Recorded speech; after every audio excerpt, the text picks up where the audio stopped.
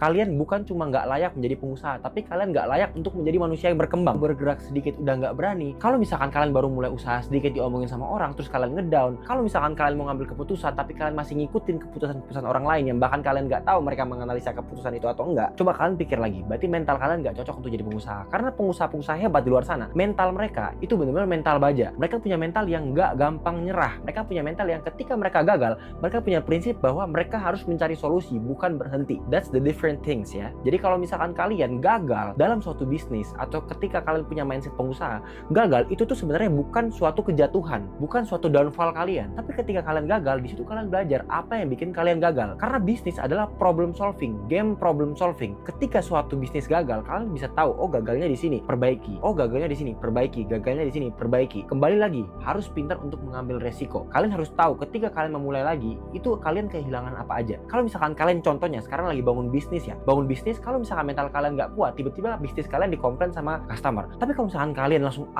bisnis saya dikomplain nih sama customer, saya nggak bakat berbisnis, kalian nggak layak untuk jadi pengusaha dan nggak cocok untuk jadi pengusaha. Gimana cara pengusaha itu menghandle komplain?